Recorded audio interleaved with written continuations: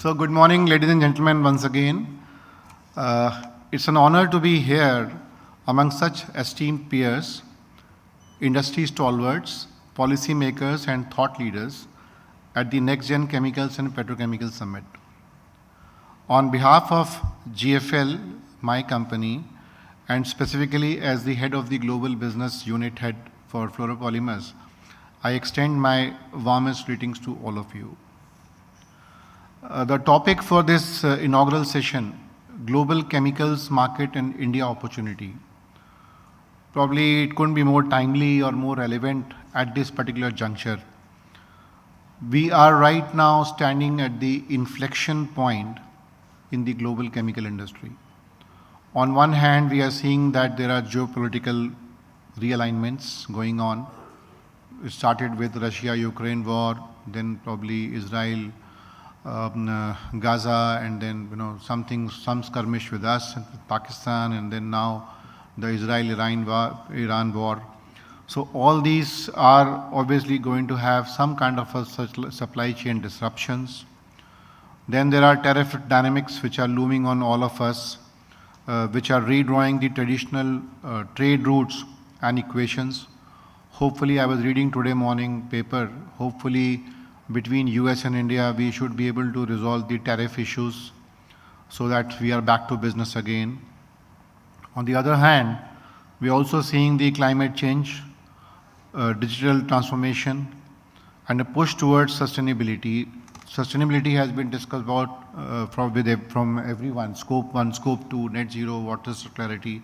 So these are the common topics which are going to take forward, and chemical industry is not going to survive if it takes these sustainability measures very seriously. So among this global churn, India is not merely reacting to the change. I think we are now trying to shape it. So gone are the days when we used to follow the leaders. But I think under the leadership of our Prime Minister, we are trying to be one among the leaders, and chemical sector is one of it.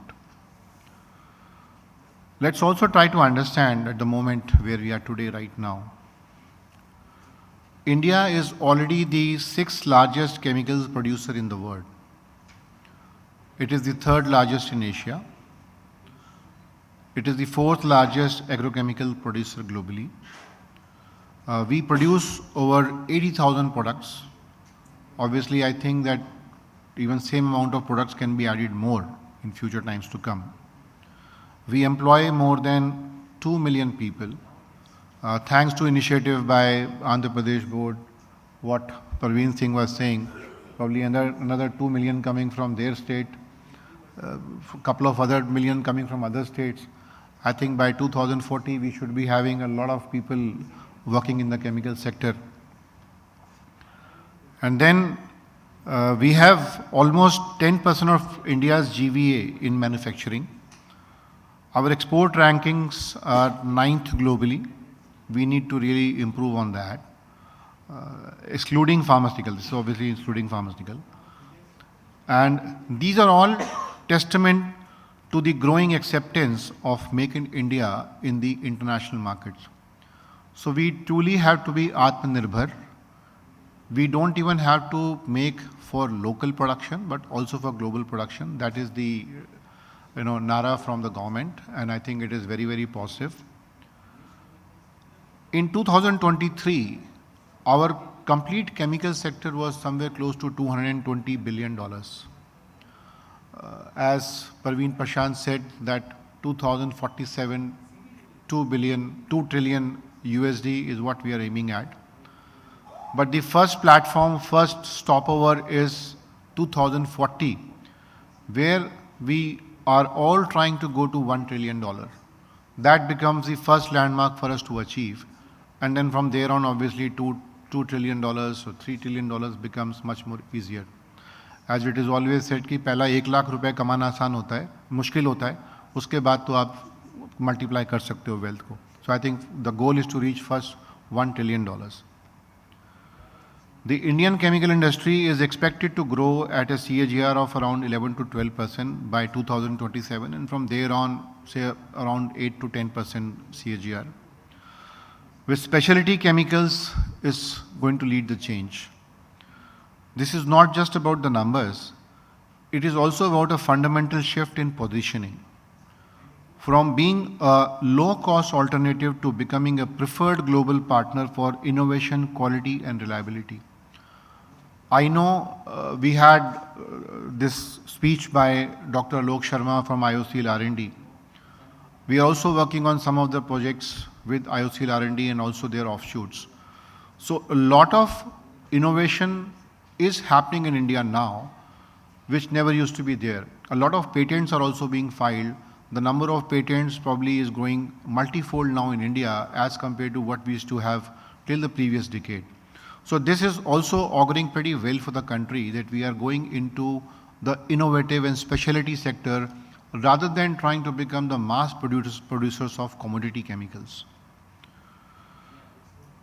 But obviously with great opportunity which we are seeing coming in front of us, there also comes great responsibility and greater complexity. We are seeing increasing commoditization in traditional segments. Margin pressures are real. We know that there are competition coming from our neighbors in chemical sector specifically. Here probably, Praveen Singh, I would like to also request you to create a model wherein the Indian chemical sector can compete with China. What probably I would say is that we can compete with them, but somewhere the infrastructure and the cost of infrastructure is something which deters us. You have talked about the power, but I think there are still costs can be improved further. There are skilled manpower which can be made available. We don't have that much of skilled manpower from colleges.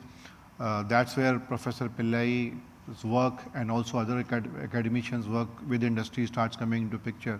So I think the goal is to see to it that we should try to beat China at their own game. So this is one aspect. I think all of us sitting over here know we have some grouse or the other that in our products we have to compete with China, unfair competition. But I would say if we can create an infrastructure, if the government bodies can support us, we can be second to none.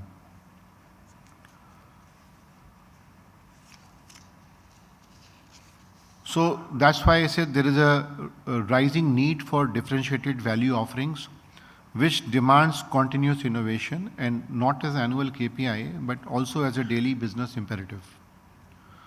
Moreover, the reciprocal tariffs introduced by the US are already creating ripple effects. Hopefully they will get sorted out now. So I think that should be something which the passage of time should be taken care of. At my own company, GFL, we are seeing these challenges as catalysts for transformation. Take, for instance, our flagship products, fluoropolymers, a segment that sits at the crossroads of performance materials, clean technologies, and green innovation. The fluoropolymers are so robust that they find their applications and uses in electrical vehicles to hydrogen fuel cells, from semiconductors to medical devices. So fluoropolymers are powering the technologies of tomorrow, and we are proud to say that India through GFL is playing an increasingly important role in global value chains. In the next 2 days, we have my team people giving presentations on fluoropolymer usage in electric vehicles, especially the battery cells chemistry, which are coming in India now in big way. Then green hydrogen, semiconductors, and also in the chemical and petrochemical sectors. So you can understand that small innovation, homegrown technologies can help us in evolving those products which can range from not even the current applications, but also for the futuristic applications. I think please do attend those sessions. They are going to be very, very informative and very, very innovative in terms of what we have done. I'm also proud to say that we have developed a couple of products indigenously over here where only 2-3 producers of the world make those products. So these are going to be discussed in next 2 days' time. Please attend those sessions. Now for just taking the future into consideration, there's just going to be, I would say, three shifts which we'll need to have. One is the strategic shift. So we need to move beyond being the factory of the world to becoming the formulator of the future. I think most of the chemical companies nowadays are getting those kind of inquiries from a lot of spaces from USA or Japan or from Europe to become the formulator and base formulators from them from India. That's a welcome sign. That means investing not just in capacity but also in capability, and that's where we require a lot of skills. The next phase of growth must be led by R&D, application development, and close customer collaboration across sectors. The second shift is the structural shift. The chemical industry must work hand in hand with policy makers to address regulatory bottlenecks, land and infrastructure challenges, and policy clarity. That's where we have our friends from Andhra and from other states who will help us in all these particular applications. The PLI, much awaited PLI from the government, still not announced. I think should be announced pretty fast. So we need scale, speed and synergy, everything. And the last shift is the sustainable shift, which we have been discussing right from morning, and I think for next 2 days, these topics will keep on coming in discussions. So ESG, I would say, is just not a tick box, not a check box. It is the new license to operate. As we look at the decade ahead, carbon neutrality, circular chemistry, and green feedstocks will separate the leaders from the laggards. In fact, many global customers today ask for sustainability, disclosures before technical specification. We get questionnaires from our global customers almost on a weekly basis. So we have to fill those questionnaires. Also, the scope 3 was being discussed today. So for scope 3, obviously our vendors have to play a part. We become scope 3 for our customers. We have our vendors who become scope 3 for us. So all that kind of questionnaires and working along with our upstream and downstream becomes very important for sustainable measures. So this is where the Indian companies must double down on green manufacturing, process innovation and digital traceability. At GFL, we are deeply committed to this journey. Our recent investments in zero liquid discharge, renewable energy integration and environmentally responsible manufacturing reflect our belief that growth and green must go hand in hand. But obviously, one company alone cannot do it.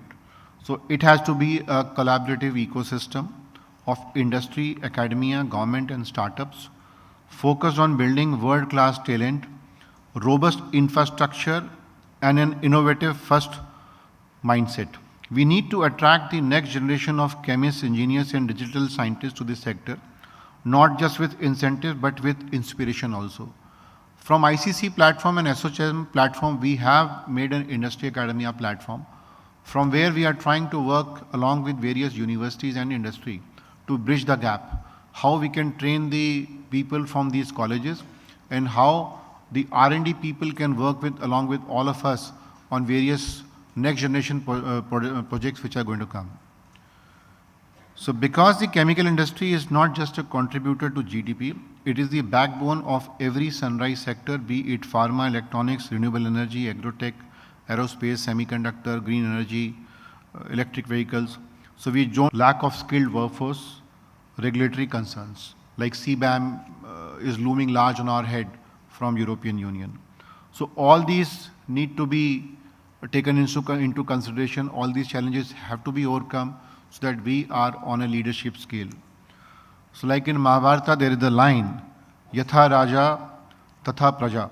So as the leader, so the people. So all of us have to lead so that people along with us can also follow us to the path of growth and victory.